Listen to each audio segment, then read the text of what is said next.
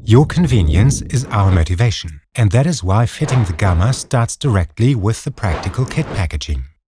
See for yourself how easy fitting the power drive can be, and allow yourself to be led by us by example through the installation procedure. First, fit the rail parts together so that they lock in the preformed stops. Guide the chain in and pull it through the trolley. When threading through the guide pulley, it is important to ensure that the tension screw is seated correctly.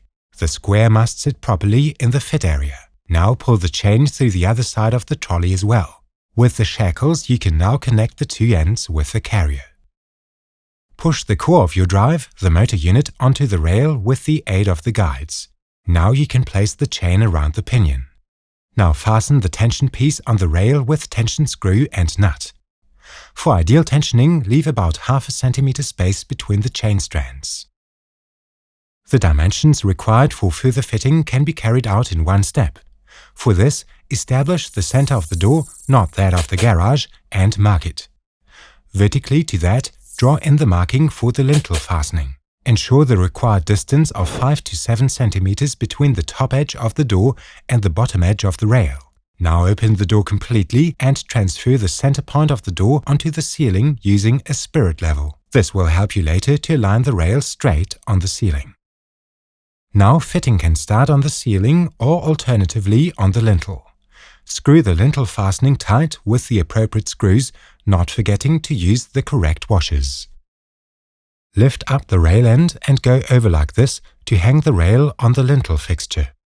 Using the stud bolts, washers and self-locking nuts, mount the rail on the lintel fastening. The rail is now lying diagonally on the floor. On the motor unit, now fasten the slotted bracket and the pinion cover before, in the next step, moving not only quite a bit forwards, but also upwards. Lift the rail with the aligned motor unit onto the ceiling. Use an idler for support so the door can be fully opened without difficulty. A little tip: place a towel between rail and door to avoid scratches. Now screw rail and drive to the ceiling. Now place the door fixing bracket onto the top edge of the door and screw it into the pre-drilled holes. Connect the door fixing bracket with the door arm. It is essential to use a spacing sleeve here. Do not forget the washers on both sides, and you can tighten the nuts with simple movements. Now things really get going. Pull the trolley guided on the door arm towards the motor unit and lock it again with the carrier. You should never lose sight of safety, so please attach the self-adhesive warning notices clearly visibly, and bear in mind that garages without a second exit need external emergency unlocking. Program your drive in a one-off procedure. For this, just screw off the lamp cover, plug the drive unit into an earthed socket and use the circuit board. Hold down the test key to open the door to the desired point. The dead man function means that your door will stop as soon as the key is released. Press the cancel key to save the setting. The red LED now lights up.